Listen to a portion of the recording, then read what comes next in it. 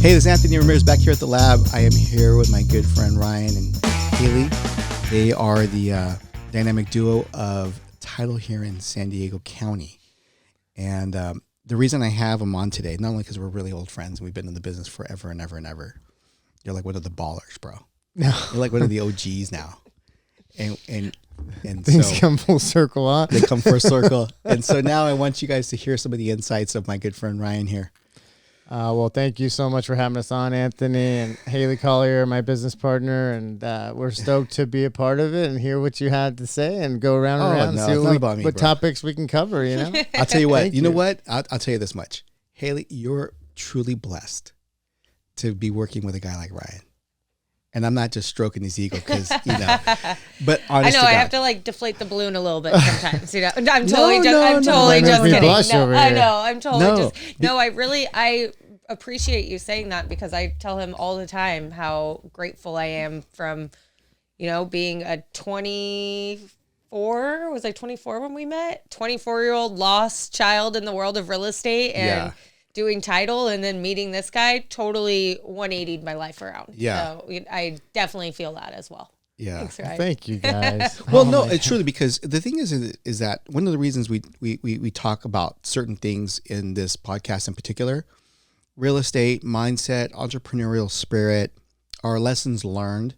And the reason why this is so important, that's why we call it the lab, because it's basically the ingredients that came together to create your epiphany moments, right? Those stepping stones, right? Yeah. And so as I've continued to interview people and talk to people, as I think back at my conversations with them, I'm like, man, how lucky it is for some people to be able to work with a great mentor, somebody who's actually been successful in the business and, learn from them. I had the opportunity, right? And that's why this guy's here too. But you come from like a long line of real estate entrepreneurs too, don't you? Yeah, it's in both of our DNAs. Her mom was a loan officer for years and years and still is. And my dad was a broker starting from 75. And I got lucky in the sense that 75? Yeah, he started real estate in 75. 50 years of real estate. I think they were like doing car loans with like wrapping boats and trucks. We're like, we'll use the truck. We'll wrap this loan. It's Talk fine. about creative financing. Yeah. And I got uncles that do it, aunts that do it, loan officers, escrow officers, other title people, and it runs its way through our family. Deep in your family. Deep. That's deep. I know. Do you ever get weirded out when your dad's like, I remember when the RPA was 2 pages. Oh my gosh. Yeah, when the MLS was a book. We came out in the book and you had to flip through it, and every month we would wait for it to come out. Yeah. Back in our day, the title reps printed out the MLS for us. Yeah, exactly. We share a memory. Where's my donuts? We had parents with cars like mounted phones mounted into the car, in my dad's Dodge Caravan. There was a phone, and I'm like, my dad's a baller. Oh my God. Or he's a drug dealer. I don't know. But he would make calls for the phone. I'm like, oh my God. I'd call him just to mess him. Dad, are you on the car phone? Yep, sure am. Calling me $7 right now, son. Yeah, that's another 15. Okay, $22.50. It's like, oh my God, it's crazy. Dude, I did that one time when I was a kid with my dad's phone. He had one of those old Motorola brick ones. And I was like, I went out on a date with some girls to the beach. And I'm on the beach with my dad's phone, and it's his company phone. So I'm like just calling my boys up. What are you doing? I'm at the beach. Like, what? How you calling me? I'm like, I got my dad's phone. He's like, oh, that's baller. The bill came in for like $600. Oh. Oops. And I was like 17 at the time. So figure that, the math. That's like a $1,500 bill today. Whoa. That's money was money back then. Dude, that was baller. Yeah, you're mowing a lot of lawns. Girl, I'm just calling you from the beach, man. Yeah. That was not a happy conversation with Dad. But what's crazy though about being in real estate, and I'm sure you're experiencing this now, is that work-life balance. Is there a work-life balance? Is there? It's kind of a mythology, I think. I think you have to be 150% what you're doing right now. And the key for me is present, like being present in the moment. And whether it's like, you're dealing with adversity or you're living in high cotton, whatever it is, be there. So when I go home and I'm with my kids, I'm 150% there. If I'm at the gym, I'm 150% there. If I'm in the work and in the throes of work and prospecting and meeting clients and doing consults, I'm 150% there. And when you do that and you're really in the moment, single tasking instead of trying to do 17 things at once, then you tend to arrive some level of balance. If you get up, meditate, have a morning routine, you do your spiritual stuff, do your mental stuff, do your workout stuff, and then bring your best version of yourself in the day, which we talk about a ton, then you can at least approach something that appears, it gets close to balance. But if you try to do work-life balance and monitor everything and label everything, I think it gets lost in the shuffle. Oh, 100%. And I think too, where we're really fortunate is we actually really love what we do. Like, we love consults. We love helping our agents. We love the training aspects, the coaching aspects. It betters ourselves. We get better the more we're helping others. And so for me, when I hear work-life balance, to Ryan's point, it's like, you're 150 in what you're doing at that point. Like, we go home and I'm home. I'm with my dog. My phone is off at 7:00. Like, I'm not calling anybody back at 7 p.m. Like, so for us, it was finding those pockets of getting your self-care in. Yeah. That's really good advice for somebody early in the business. Because you how long have you been in now? 10 years. Shut the fuck up. Yeah. Dude, this is how I've lost track of time and reality. You know what I mean? Because I was talking to my wife and we were saying something, I forget. And I'm like, that was in 2017. That was 7 years ago. Yeah. And she's like, I thought it was like last month. And you just, I guess the older you get, the perception of time has warped, like pre-COVID, post-COVID. Yeah, I saw something the other day where it was like Shrek 2 came out 20 years ago. And I was like, what? Like, what? That came out 20 years ago? It feels like it came out like 5-10 years ago. Or like Hypnotized by Biggie was 30 years old. Yeah. The song. You know what? So we were in the car jamming to some music. And I started laughing. And my wife's like, why are you laughing? I go, because I just realized at this moment when I was a kid jumping in my mom's car and I thought 70s were old. Right? You know what I mean? I'm like, is that the 90s or the 70s? I'm tripping. I'm tripping. I feel bad. I mean, granted, there's some great music and stuff that is out there, but I feel bad for this younger generation with music because I'm like, what the hell are y'all listening to? Yeah, no, like my sister has no idea who Jimi Hendrix is, who bought, like I grew up. Yeah, like, so I feel bad. I'm like, Depeche Mode. Yeah, right. The Cure. The Cure. Let me go. Or Pearl Jam. All the Pearl Jam. All the 90s. Yeah, black fingernails here. Yeah, exactly. Dating ourselves now. But you know what? It's funny though, because I think within our industry, as we get like longer in the business, and I still have a tendency to do this with the guys I trained in the business. I'm like, I always still remember them as the rookies. Right? Like, oh yeah, they're one of the rookies. I'm like, damn, they've been in the business for 10 years. Mm-hmm. Like, they're not a rookie anymore. I would consider a rookie 2, 3, maybe 4 years max. Yeah. If you're really sticking at it. And then after your 4 years, you're like, okay, I'm making decent income. I'm sustainable. Trading wheels can kind of come off a little bit. Yeah. I know what I'm doing. I know where to prospect. I know how to do transactions. Okay, I'm cool. But I feel like one of the missing pieces is that the longer that you're in the business, the less people become coachable.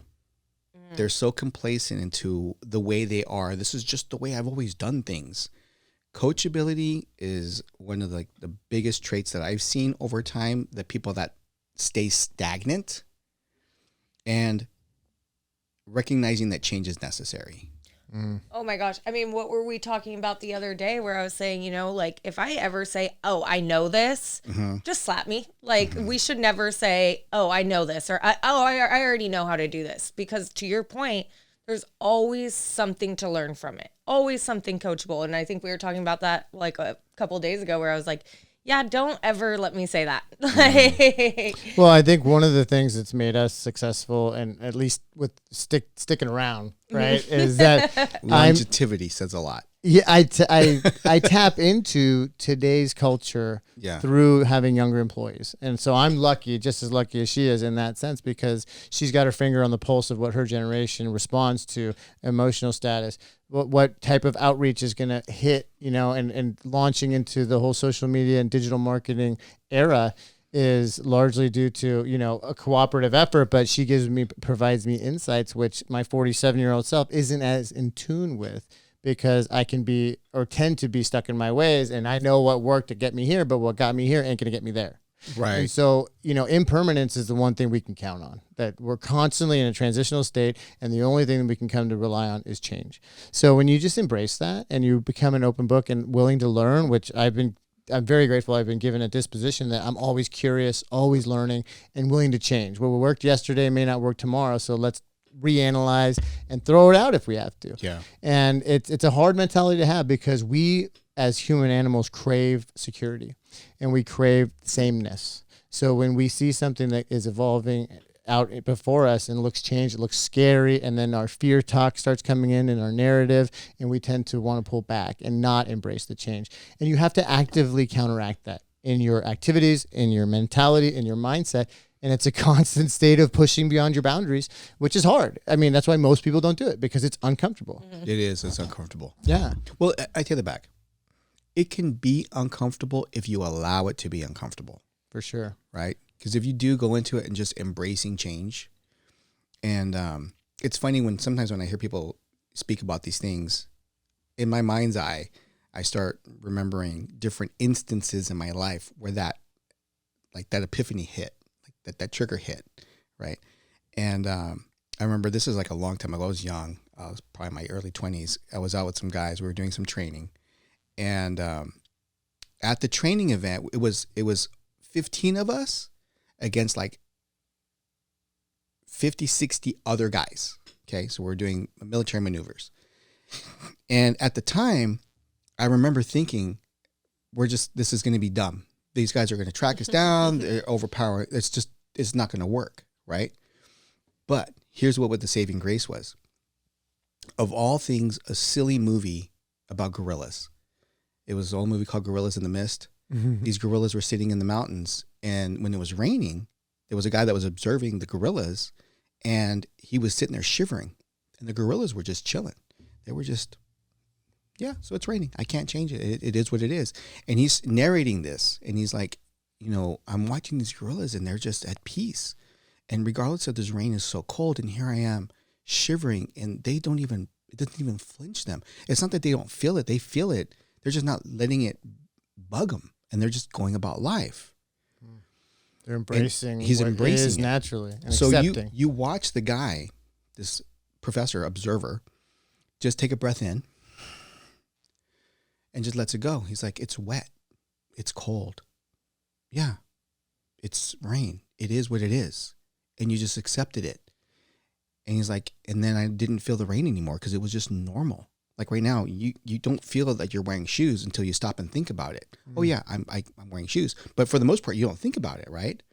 So here we are going out to this maneuver, and it was raining.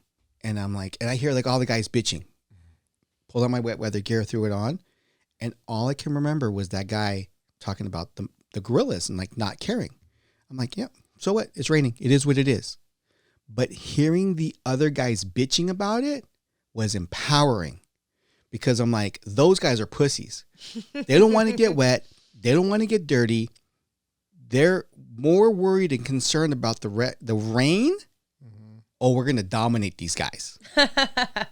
And so with the team, we talked about that. Who gives a shit? It's raining. It is what it is. Drive on. What are you going to do about it? Nothing. Let's go. Mm-hmm. You just accepted conditions and just got after it. We murdered those guys. It was horrible. Horrible. Well, that's a good metaphor for what we're seeing in the real estate space today. Right? There are those that have accepted conditions, and it is what it is, and I'm going to continue doing my thing, adapt, and just continue and stay in action. But paralysis is what kills you. Those guys were paralyzed in the moment and bitching and complaining about conditions where you and your team said, these are the conditions, we accept them, we move forward anyway. 100%. You can't control the market conditions. That's right. You can only control how you react to the market conditions. Well said. We talk about this all the time. We can control our attitude and our actions, right? 90% of things out there we can't control. We can't control the market, but we can control what we do to get more of that market share. We can't control the weather, but we don't have to bitch about it when it's raining. It is what it is. And we talk about that a lot because Navy SEALs, they talk about the 6 feet in front of them. Like they can only control what's in this area. Yeah. And everything else out of the control. Absolutely. I mean, I do a lot in the recovery program. I'm in recovery myself, and they have the Serenity Prayer. And the serenity prayer is like a battle plan, like, right? It's like God grant me the serenity to accept the things I cannot change, the courage to change the things I can, and the wisdom to know the difference. So I got to let be what I can't change anyway, which my mind wants to fret about and worry about and have fear thoughts about and have ideations and paralyze me with fear. But if I let it go, I can move and kick ass in the things I can change. Sorry, I'm one of those guys. I told you. On the table. You're gonna get all hyped and then wisdom to know the difference. Like, dude, don't put energy into things that you can't change. Worry, by its very definition, is in the future, and I can't change next Tuesday. As hard as I sit here and try, but I can get my heart rate up, and I can sweat, and I can be paralyzed by fear if I allow myself to go there. If I could just let that go and focus on the thing right in front of me, then I can probably make some positive action and progress. Yeah. You know? Yeah. There's a guy I trained with one time. He was a very, very deep practitioner of God, I can't remember the name of it. It's Japanese. It's Miyamoto Musashi. He was a really famous samurai. Okay. And this guy wrote a book, his little manuscript, and he knew he was going to die. So he went to this cave and wrote this manuscript. Okay. And then 2 weeks later, he passed away. He died. So they made a shrine for him in Japan in this location. But he talks about the warrior mindset. One of the things about the warrior mindset, it's what's called like the state of Mushin. I may be mispronouncing it, but I think it's called like the state of Mushin, the state of no mind. Yeah. Right. And that's kind of what it is. It's just the state of no mind. I don't care about any of these things. I am just worried about this right now. And if you focus with the intention of this right now, then your ability to execute is so much easier. You got rid of all the baggage. You're putting it all into a box and setting it aside because you're just, it's like, I could call it like a flow state. Mm-hmm. You know what I mean?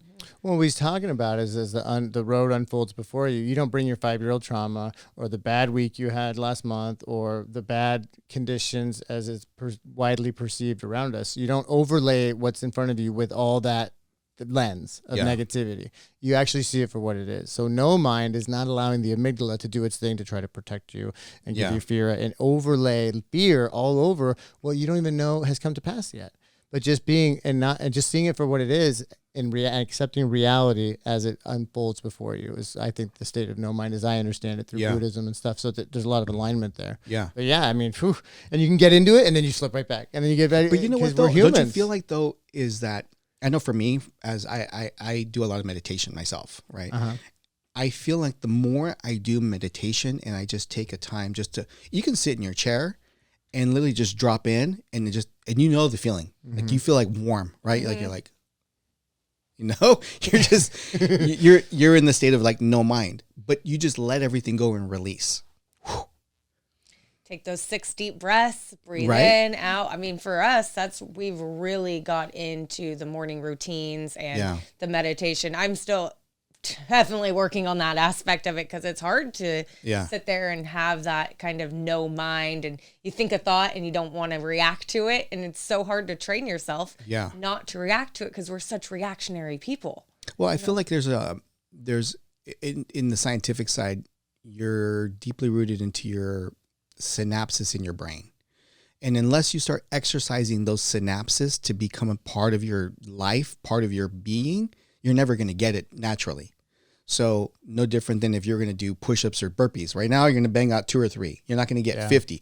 But if you keep just doing it and doing it, eventually you develop the ability to get to that at will. At a moment. I did 50 burpees this morning and that God just made gave me like PTSD. I was like, oh my gosh, I just did that this morning. You get the twinklies, the little twinklies, you're like, that's what you're talking about. No, but you're right. I mean, the blood's coming at your brain. One thing meditation has done for me, and again, it's a meditation practice because I have a lot of practice to do before I get any good at it. Okay. It's just like a gratitude practice. I think it's a practice, like a real estate practice. We are practitioners of these things. But one thing since I've started is you have the sympathetic state versus a parasympathetic state, right? One is a state of anxiety and fight or flight is engaged, and the other is one of rest. Mm-hmm. So I think that meditating regularly, whether it's 5 minutes, on your insight timer or box breathing or some level of breath work, I think it allows you to enter into a parasympathetic state where you're not always in fight or flight. Most of us spend the majority of our time, especially in our culture, with overstimulation digitally on all the screens we have all around us all the time. Yeah. We spend most of our time in a fight or flight scenario, it's really bad. So, I mean, I can't give you all the science of it at this moment. No. You just reminded me. I remember a long time ago. This is like 15 years ago. Tom Ferry. So Tom Ferry talked about this before, where he was talking about the addictions and how people can become emotionally addicted to something. It's like an emotional addiction. So they're always in this drama state. They're always addicted to drama. And they're always, and then the inability to just let that go, because now you're choosing to be the alternate version of yourself.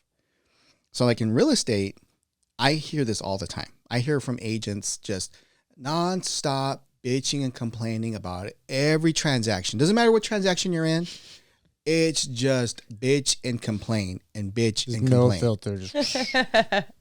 But we never get that. No, never get that. Never. But I'm not saying this for all realtors. I'm just saying that it can become an addiction. Mm-hmm. If you're constantly in that mindset of pointing out all the negativities, it's going to make it really, really hard to enjoy what you do. Yeah. Mm-hmm. You know? Well, because that's the lens you're looking through, right? So that's there has all to be you're some going to kind see. of trauma there. Mm-hmm. They're hanging on to it. And when you go into a meditative state, what you're actually doing is releasing it. You're like letting it go for just a moment. You're going to your personal mental safe space. Well, if you break it down, complaining is really a rejection of conditions, just like the rain. They're bitching and moaning, and the escrow officer and the loan officer, and nobody called me back, and they are just not in acceptance. And if any level of complaining is basically stating vocally for the world to hear that I am out of acceptance with what happened, because you can't change it. It done happened. Yeah. It's here. Well, I'm going to bitch about it anyway. And so the length of your suffering is the distance between the event and your acceptance of the event. So do you want it to be this much? Do you want to go all week? Yeah. Do you want to just pile on and keep adding to that? But that's where there's a big difference between aggravation and observation. Right. Observation, okay, XYZ went bad. Acknowledge that. How it made me feel is different. And you got to get through that process. You're a loan officer. You work with really big top producers.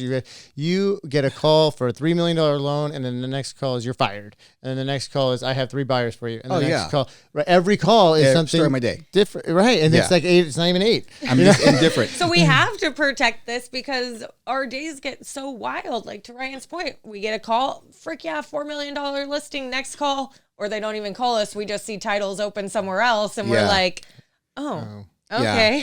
Yeah, I get it. So the ebbs and flows are ups and downs any minute. Anytime. And I feel like as a whole, why it's became so hard to really come up and have like logical conversations and things is because our emotions are always so heightened. Because we're so stimulated by the phones. We're so stimulated. You look on TV and if it's news on, you're instantly like, oh my God, the world's ending. Like, this is it. We're so in this heightened emotions all the time where it makes our logic really low. Yeah. I feel like also another thing too, true. Especially since we're in sales, and I know I witnessed this early on, is where people live in an alter ego mentality. Like the switch goes on. Mm-hmm. And you guys know the switch, right? You guys know I'm talking about the switch.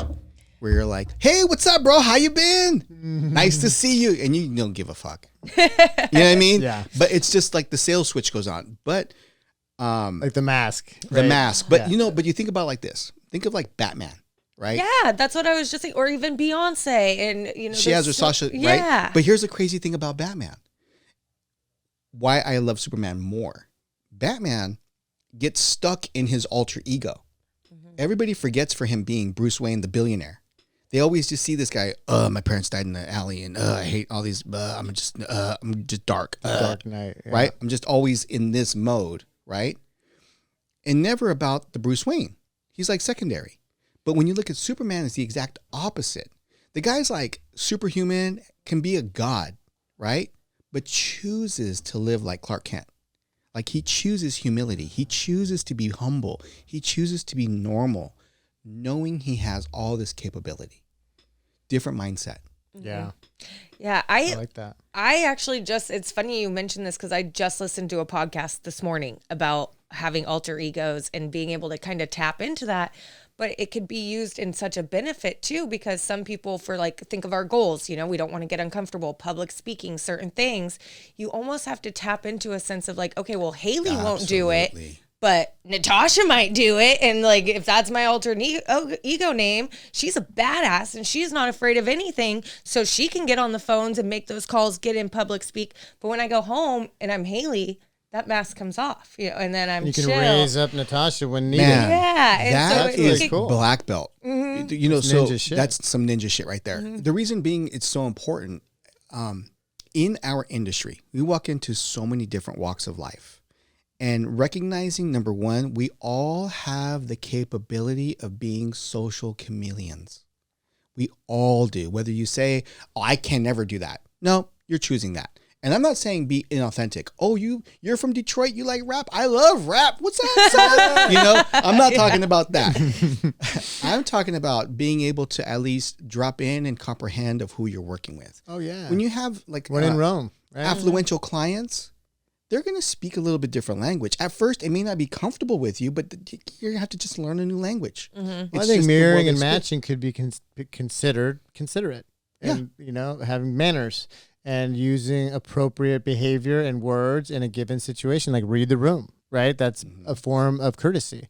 Yeah. But I think that back to the fight or flight and then even the alter ego is, so since we've identified that our day is going to come at us unscripted and we can't control it. So the one thing we can control is our behavior and our routines. That's why ever since COVID for sure, and probably before, we took the morning, and the morning was for mindset, for spirituality, for physical workouts, so I can bring my best Ryan to the day, because then I can deal with the turmoil and all the stuff that I have no agenda for and can't even anticipate better, because I've handled the part that gets me to my best version of myself. So you took in the model of extreme ownership then.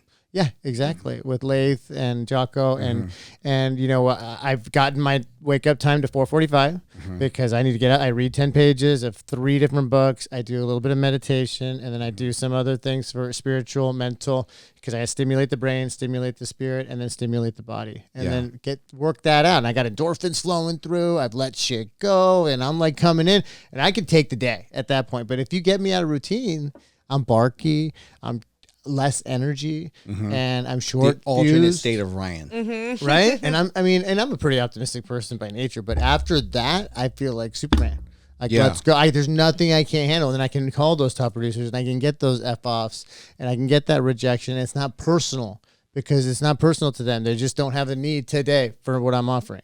It's not about me. It's about them. And I can reconcile that. But if I don't get my workout in, if I don't do it. But I think the thing that you said was so poignant. And that's one of the reasons why I wanted to actually drill down with you specifically, because I've seen you throughout the years, and you've always been the guy that's always been 110 hustling, always grinding, always that part of the business. But I've seen you evolve over time. As we come and interact, I've seen you evolve. I've seen you evolve into a really good father, being with your kids, being present, your health. I remember when I was training super hard, and I was like, hey, bro, and push away from the buffet, buddy. Yeah, Fat Ryan still shows up. I was gonna say we still get the pictures come up, and I'm like, oh my gosh. I mean, it happens. It happens. Trust me. It You happens. have small children. We go in and out of it. Yeah, it's okay. I used to not have a chin at all. Yeah, I do. I got mine. Mine came back. I got to get back at it. No, I mean, you couldn't see a jawline. Yeah, right. It's okay, but you're right. Seasons, right? Different seasons in life. But I think as you increase your alter state of consciousness, and you continue to evolve as an individual, that constant self-improvement. Right? Because that's why we do this, is because of the epiphanies that we have through life. So you can live life 2 ways. You can either live it on your own. Hey, I don't care. I'm just going to figure it out. Or you can educate yourself and be open to ideas and concepts of others, so you don't have to recreate the wheel. I think one of the biggest questions that people should ask, especially getting into real estate, is talk with top producers and ask them, if you were me, what would you have done differently? right? Because not what would you do? Not what would you have done? What would you have done differently? Yeah. Because what they're going to share with you is they're going to share with you their epiphanies. You know what I would have done, bro? I would have set a standard. I would have set my clock. So at this time, I don't take any more business calls. Because here's why. Here's what it did for me. And you'll actually find out the regrets. Because I feel it's more important not to tell me the shiny new thing to lead gen. Oh yeah, use this script. That's what people want. Yeah, and they won't even do it. They'll get it and they won't even apply it. But you know what you will apply? Someone's tragedy. Yeah, learn from my pain. Learn from my pain. Don't do this, do this. If I were you, this is what I would do. And that would hyper accelerate your career. Bro, I mean, and that we're living that because I've had, every man has two lives, every woman has two lives, the life they live and then the one they live after they realize they only have one life. Yeah. And it wakes you up to the fact that, holy shit, I got a daughter in college. It trips me out. I mean, I can remember when she was 3 pounds, 4 ounces in my arms, right. Premature birth. I mean, and she's in college now, thriving. And my youngest twin babies are going to be 12 years old in June. So, you start you start noticing how to prioritize the things that matter in life. And I'm teaching my team, look, we're going to put us first because we know how to go rally. We know how to kill. We know how to go hunt and bring things through the door and get business. But if that's all we do, we're going to burn out. And so and I don't have it all down, but here's what I've learned. Here's how I really thoroughly screwed it up. Let's not do these things. So maybe we'll try these other things, and they give feedback and what works for them. And then we kind of have a mix of a recipe. And one of the big things that emerged from the whole COVID experience, it's funny that COVID was 2020 because it really brought things into focus. Oh yeah. On what really mattered, right? Yeah. And family lives were exposed. What had been neglected was exposed. Health was exposed. A social near-death experience. Yeah. Because in your mind, you're like, oh my God, we're going to die. The world's going to end. Holy shit. And it made you rethink everything. If it wasn't some level of a bottom, some sort of a bottom for you, then you were just we're sleepwalking. Yeah. Because everybody woke up to mental health issues, and things were exposed, right? So that's where we really locked in and harnessed giving our mornings back to ourselves. Yeah. I feel like the COVID thing, though, too, it really did... it gave us 3 options of individuals. There's those that huddled, hid, lived in fear. There's those that were the opposite. Screw this. I'm going to double down. I'm going to do what it takes right now to survive. This is not the end. Florida. Right? Make moves. And then there's others that were like, meh, status quo. I'll just live life. I'll just deal with it. They're more of a victim of their situation. They allow shit to happen. It's Groundhog's Day every day. This is just some random stuff that's happening now. Yeah, I would say for us, it was the first week was kind of like an, oh shit. Yeah. What's happened? Like, wait, this is really happening. I remember looking at you and being like, I need to go to the grocery store. Do you remember that? Yeah. We were at the office and I was like, Ryan, I think the world's going to shut down tomorrow. Like, I think that I think there's whispers. And I was like, I don't have anything. I live on my own. I'm a single girl. I was like, I don't have anything. Like, I don't know what I would be able to live off of. So I had to go to the grocery store. That's funny. And it was like everything was gone. And I was like, okay, this is it. Like, I'm going to be eating beans out of the can that I can find. Like, this is all I'm But it was like a week. It was like a week of a trip. And then it was like, bitch slap herself. Like, this isn't it. Like, we're going to turn off the news. We're going to get outside. I was taking my dog on 5 walks a day, we were making 50 calls, and the calls were different. I mean, we're not calling to be like, hey, do you have any title orders? We were calling to genuinely care about people. Like, how you doing? Asking, hey,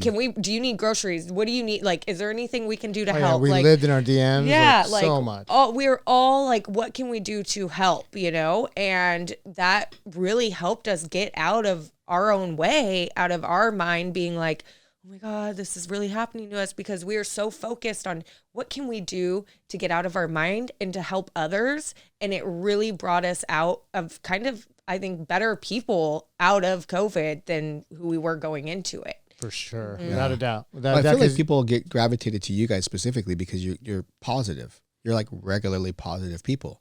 And so when things are struggling like that and having difficulties, they're going to gravitate to people that are positive. Like, dude, how's everything going? Hey, bro. And you're like, dude, come on. Come on, let's go. Let's get up. Let's go. Yeah. And that's all they needed was just some encouragement.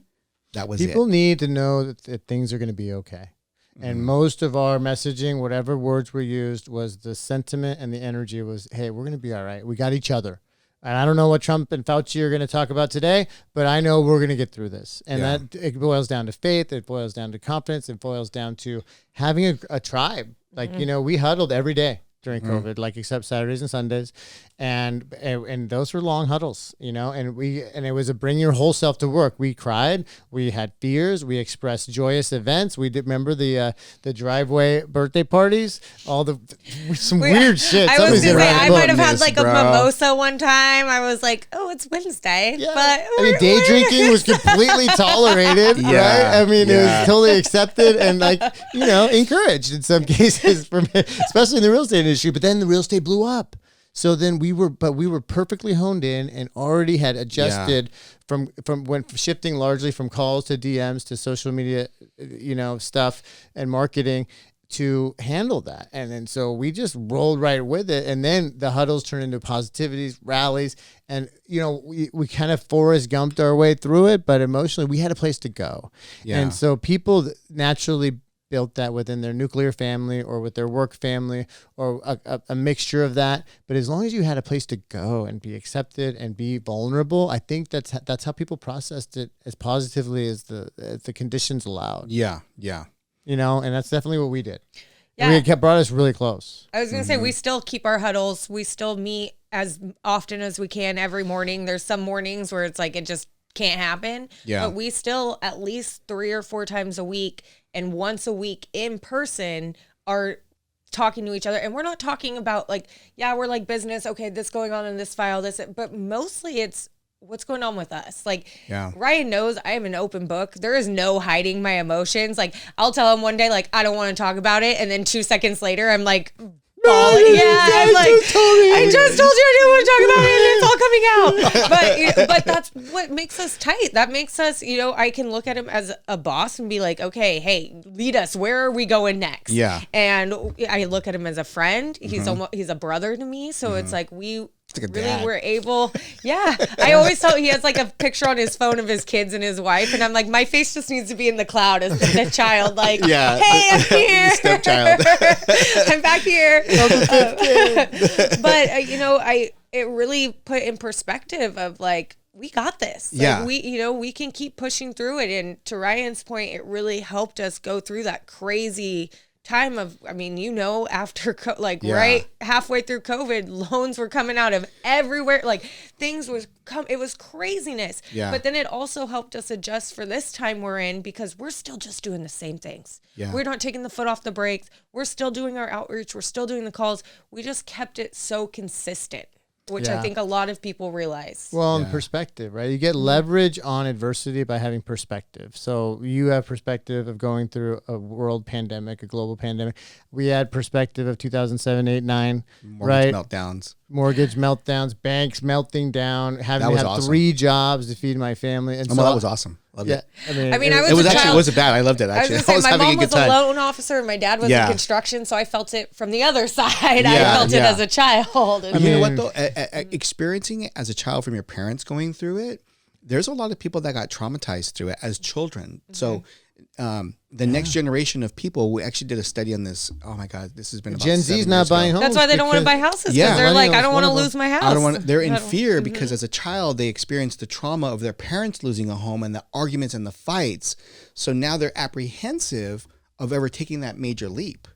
Right? Yeah. And that's just one of the changes. You know, it's funny that I'm hearing about your story because like I talk about the lab when there's these main basic ingredients, and I'll share with you these little basic ingredients. This is awesome. Ooh, we get the secret sauce. You guys just experienced it. Okay. So number 1 is the concept of a partnership. So most people don't understand what a concept of a partnership truly is. It's being thick and thin through good times and bad times and open communication, but you can't take over the world alone. And so many people in our industry, as they get a certain level of success, I've seen it, and I've been just as guilty of this, is that our ego gets so big, it's all about me instead of just thanking God, right? Because that's still a partnership. If it's all about you, that becomes the beginning of the end. You start having family problems. You'll start having financial problems. You'll start having business partner problems because you're so self-centered. But when you come together as a group and you're doing it for the whole of the group, the concept of a partnership is so critical. Absolutely. You can go so much further together, right? So much more. Two do the work of five because it's a catalyst. Yeah, it truly is a catalyst. It's the other force one multiplier is the recognizing that change is necessary. Because it's really 4 items. So waking up with a purpose. Okay. Right. You got that morning routine, drilling down. We both. Okay. Waking up with a purpose. You can't give people motivation. You can give them a little ether, get them pumped up, but it has to come from them.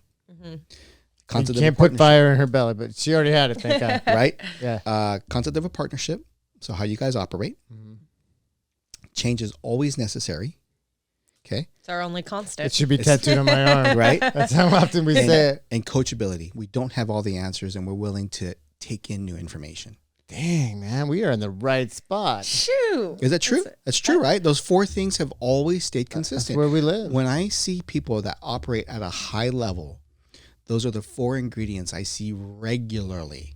Personally, congratulations to you guys. Oh, wow. Because thank you. I think we do it together, and it's been, like you said, we've gone through challenges together. Yeah. We've gone through super high highs and super low lows, and there's going to be more of those. And that's what we know. We know that is always going to happen. We're going to have another boom's going to come. We're going to, we're all going to make great money again. And it's going to get change. easier. Yeah. But not to get complacent on it, even if it gets easy, start creating systems today to take on a larger bandwidth.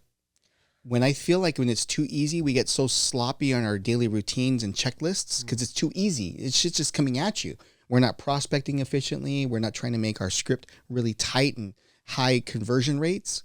We're not looking to add people to our team to force multiply because it's just too easy. And then when times get hard, you're like, oh shit, now I got to fix it. Yeah. Now I got to patch this. I got to do the fat and happy syndrome, right? You get fat and happy. But I think back to your point on the 4 pillars, great pillars, by the way. And yes, it's taken a lot of adversity and a lot of challenges, but that is the benefit of not running from pain and pursuing pleasure or hiding from pain is going through the pain because the lesson is in the adversity. The Obstacle's the Way by Ryan Holiday. I'm rereading it. Amazing. He gives historical examples of how by not shirking away from duty in the face of a major catastrophe, but going through it, it prepped you for the next catastrophe coming down the line, or the next piece of adversity or problem or whatever nomenclature you want to use. But dude, spoiler alert, you're either in a problem, coming out of one, or going into one. That's life. Like bro, a you sound like my wife. It's like fights. When my kids were born, actually my daughter was just born, and I would come home, and this is during the meltdown. And she's like, oh my God, whether you're too busy and you got too many deals or you don't have enough deals and now you're busting your butt for more deals, like, what is it? Aren't you ever satisfied? And I'm like, oh shit, this is just, it's all work. Yeah. It doesn't matter. It's all work. Because you just hear me bitch about work, But it's funny how the perception is. You would think that when you have an abundance that you're like, oh yeah, everything's hunky-dory. I can take my foot off the gas. But guys that produce at a high level is like, it's not enough. I need to create better, efficient systems. Yeah, we're going through that now. We're drilling down on processes to get our message to more people, to get more opportunities, to get more revenue on the business We're fighting side. for eyes nowadays, and we're fighting for attention. That's the hardest thing. Yeah, I feel. Absolutely. When I think going back to your point, though, of having the playbook, having the pillars, you really have to have those established to know where you're going, right? Like we talk about this. We know we want to go from San Diego to New York with a GPS. It's a lot easier when we put in our destination of where we want to go versus getting in the car and just driving and figuring it out. So when you have the roadmap, it's so much easier to course correct, to change it. Like for us, we have a set standard of like calls on our team. We have a set standard of DMs, of feeding the Instagram, feeding the beast, as we say it. Like, we have set standards and we don't let shit go below that standards. We're also a little crazy too, but you have to be a little neurotic. If you want to be above everyone else, or you want to be above average, you're going to have to do above average things. And part of that's being a little neurotic. Well, I think you got to do the work when others won't. And in the face of challenge, it's easy to say that though, because some people are, I did the work and this other, and they compare themselves with somebody lower. But you have to compare yourself with somebody who is like obsessed, right? Like, but balanced. If they're in it and they're 110% in it, that's who you have to model after. For sure. Because, like I got guys here that do dials and they're dialing, I don't know, on average, 175 dials a day on average, right? Then I was talking to another guy who's like a super hardcore producer. He does 300 a day. And I'm like, God damn. He's like, bro, it's just like taking you do 10,000 steps, right? Like when you go walking and you hit your 10,000 steps, he's like, well, I just do 300 calls.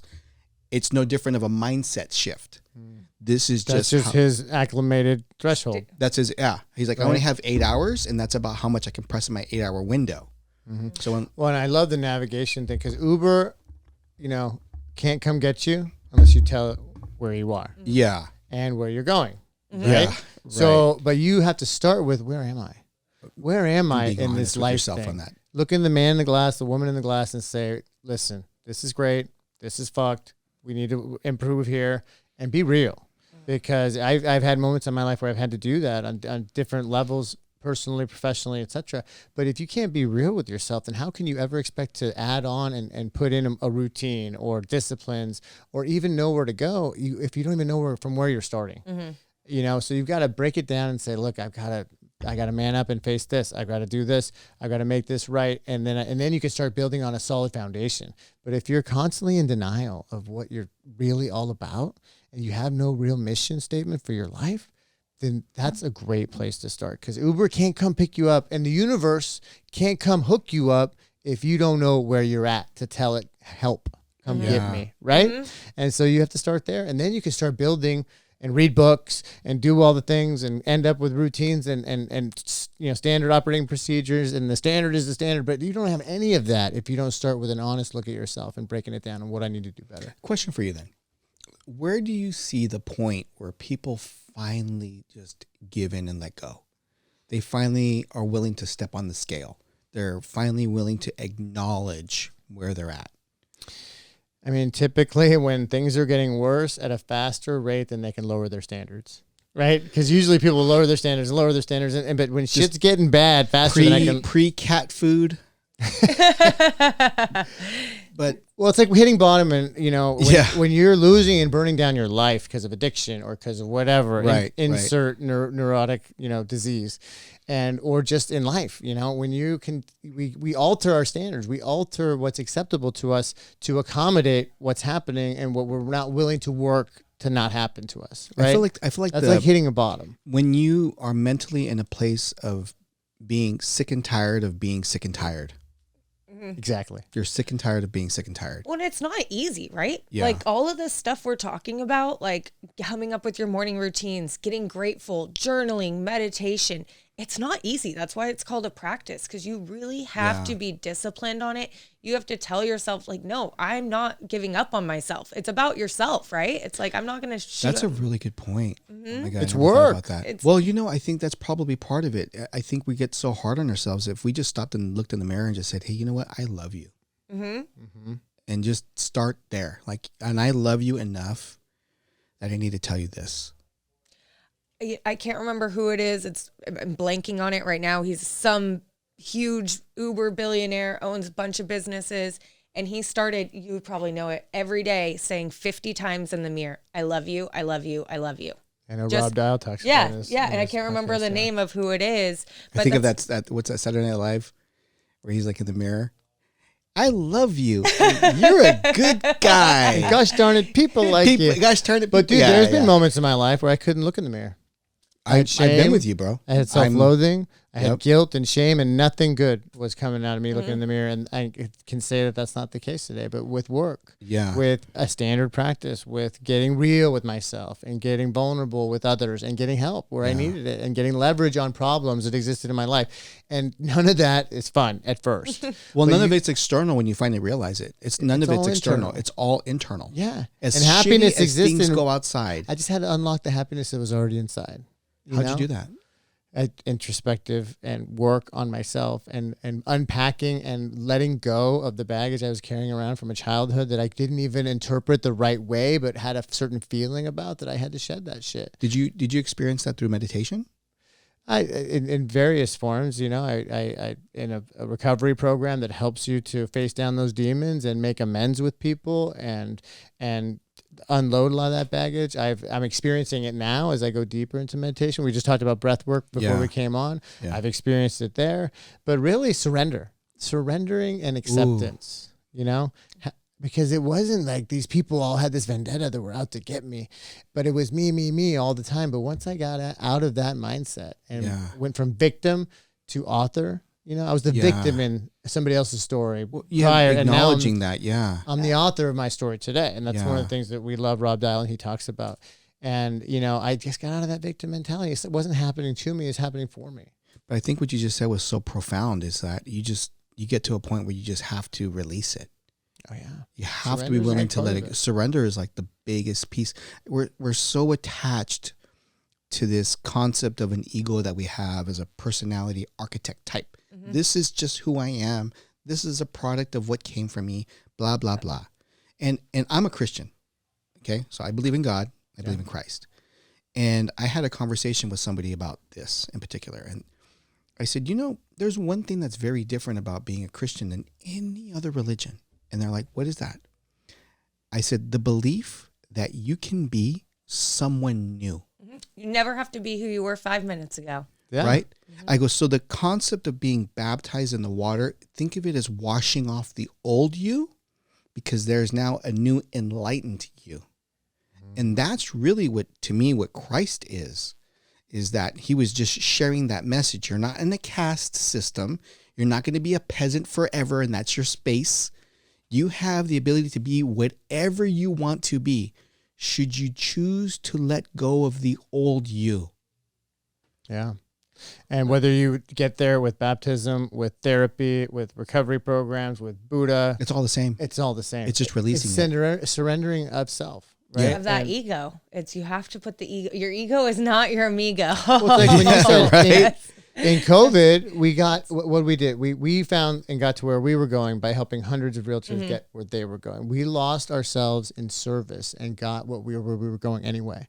And it wasn't about us. We made it about others. And you know, when I'm helping somebody with their bullshit, I get a vacation from my bullshit, because I'm not self-centered and thinking about all the things that are wrong, because I'm too busy engaged with another helping them. Yeah. And that is a beautiful truth. The more you help others, your shit's going to be all right. Mm-hmm. Right? It's so long as you help other people. It's weird how the universe does that. It's really true. But Zig Ziglar had it right all the time, right? Yeah, right the whole time. I'm like, some guy from Texas, Zig Ziglar had it right, man. I'm watching old YouTube videos, you know, and it's like all like from some VCR, you know what I mean? Yeah. And I'm like, dude, Cam that guy recorder. It's Og Mandino and Zig Ziglar, bro. There's somebody else too, not Zig Ziglar. It was someone else too. I can't remember who it is. Oh my God, Brian Tracy comes to mind sometimes. Yeah. The Psychology of Selling. Yeah, yeah. No, but which one's the one that Acres of Diamonds? Oh man. Oh my God. Is that Og Mandino? No. That is it'll come to me. All those. I mean, dude, they're classics for a reason, right? But I think there's got to be some level of getting out of my egocentric thinking, because look, if I see everything through the lens, then everything is a threat. Everything's coming to take from me. That's no way to go through life. You can get out of self and into others, and then you can enact and bring so much joy to and joy for yourself, because what you bring to others, you bring for yourself, because it's coming through you. Or it reciprocates. Yeah. And by definition, you're experiencing it as you give it away to others. Yeah. So, but if it's all me all the time, it's just a miserable existence where nothing is enough. There's no arrival. There's no like, I'm good. There's always going to be something else. Well, and, you know, we have this big word in our industry now, and I feel like it's accountability, right? Oh, yeah. We have to hold each other accountable. Well, what about holding our damn selves accountable? Yeah, you know, like you have to be the one. Like I could tell Ryan, like, I made 15 calls yesterday. You know no why problem. they ask you to hold them accountable? Because they can't hold themselves accountable. Exactly. Well, that's what it's like. We have to get to this point where so many people, we go through life as such victims of like what Ryan's saying, like, oh, this is happening to me. Like, why does this always happen to me? Versus being the author of our story and being like, no, I'm going to freaking write this shit. This is my story. I'm going to make it. And I feel like so many of us, and I was guilty of this for so long, we live kind of so blasé. Like, just it is what it is. We'll let the day go. We clock in, clock out. I give it like 60% of humanity is like that. Yeah. And like I'm a like, reed in the wind. Yeah. Right? yeah. And I'm like, F that. Like, we are here, us three, too, in this room. We have so much more potential in us. We are so powerful of being able to help so many people. And it's like, we have so much to freaking live for, to be, why we would be doing ourselves a disservice by not being the best freaking version of ourselves every damn day and bringing that to other people. Hell yeah. It takes a certain individual to finally break out of the matrix. But it's by choice.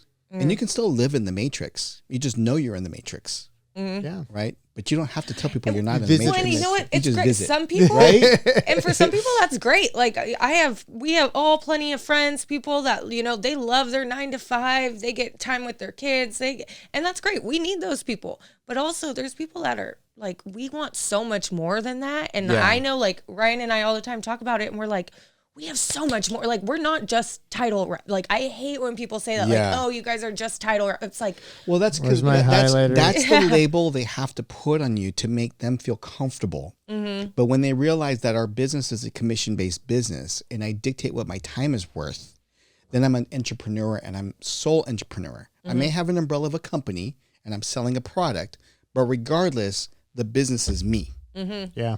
Right. I mean, and we're uniquely qualified to help those who are going through what we went through just 3 short years ago, 10 short years ago, whatever it is. So it's funny, the universe or God or the Easter Bunny or Santa Claus or whoever, they bring people into your life that you can mentor because you're on that same frequency. You're on that same vibration. Yeah.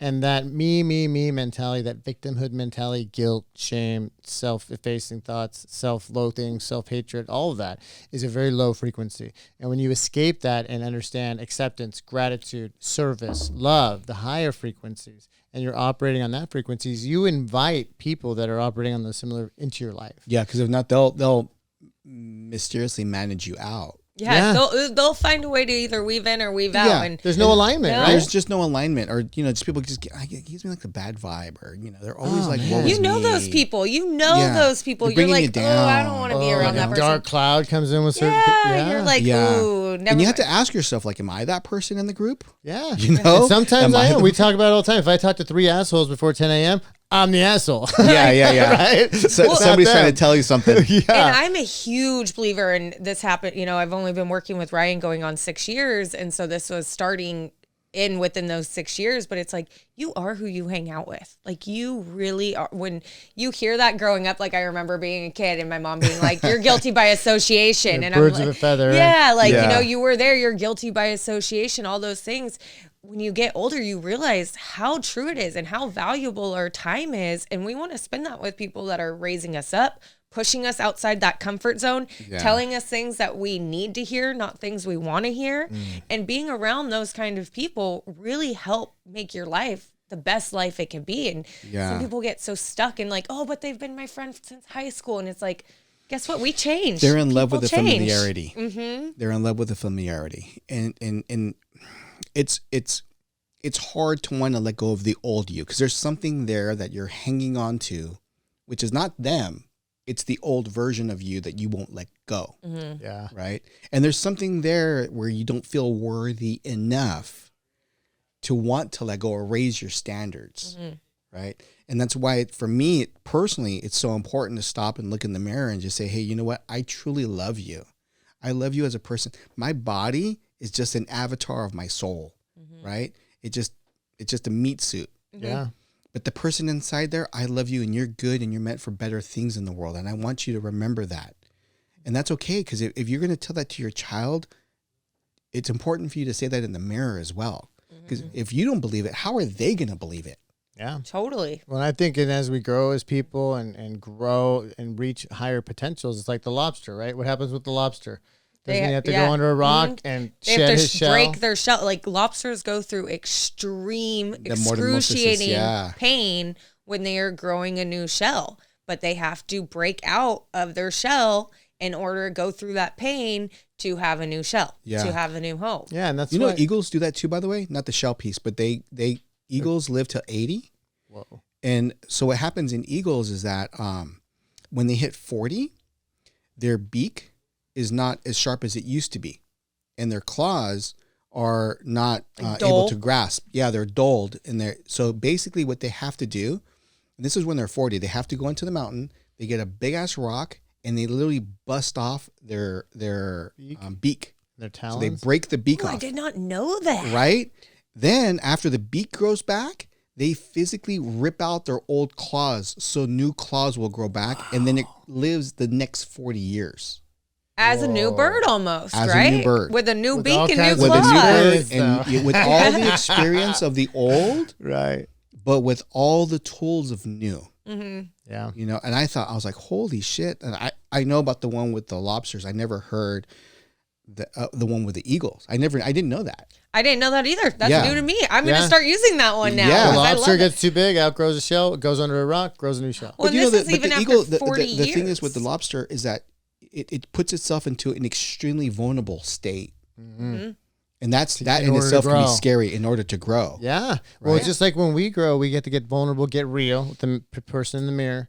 And that's vulnerable. That's vulnerability. You got to Yeah. pierce through the bullshit. Take all the Yeah. masks down and get real with yourself. Get real with the fact that, maybe this something's not jiving, right? And maybe your calling is elsewhere, or just get real with all the levels, all the different lanes in your life. Because if you have a disastrous interpersonal relationship, you're not going to kill it in business. If you suck at your business and you're not deriving some kind of fulfillment from it, it's going to affect every other lane. Like we talk about life being like a freeway, right? You have a wreck over here in the carpool lane and not have it affect the slow lane over here. The wreck is going to affect the whole thing. So whether it's your nutrition and your health, or your spiritual nutrition and health, or your professional, personal, all of that, family life, if you have a wreck in one of those lanes, that's why you talk about work-life balance to kick us off here on this episode.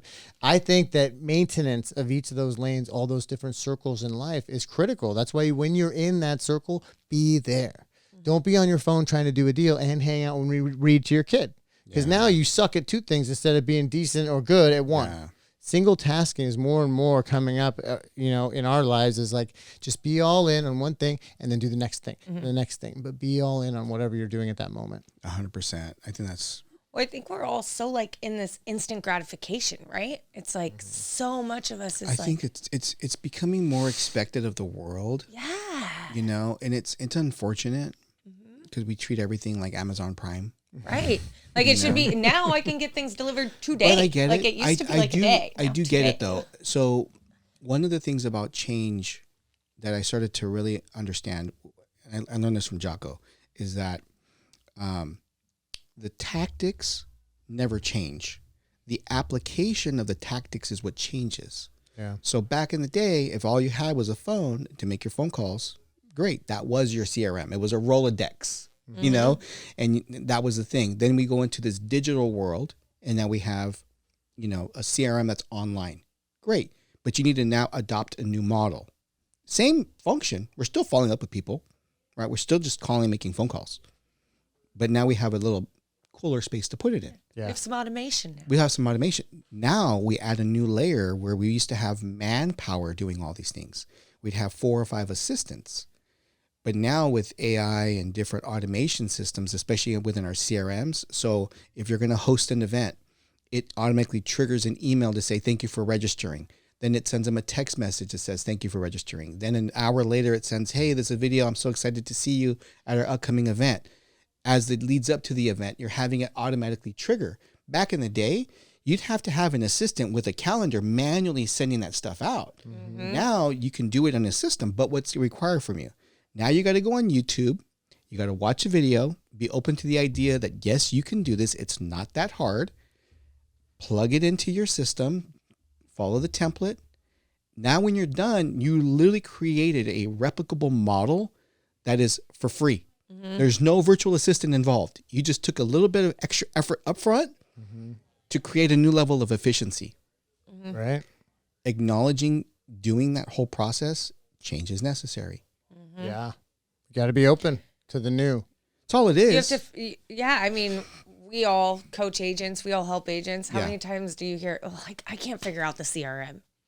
Yeah. It's they don't want to. Don't tell me you can't. You don't want to. Have you tried YouTube University yet?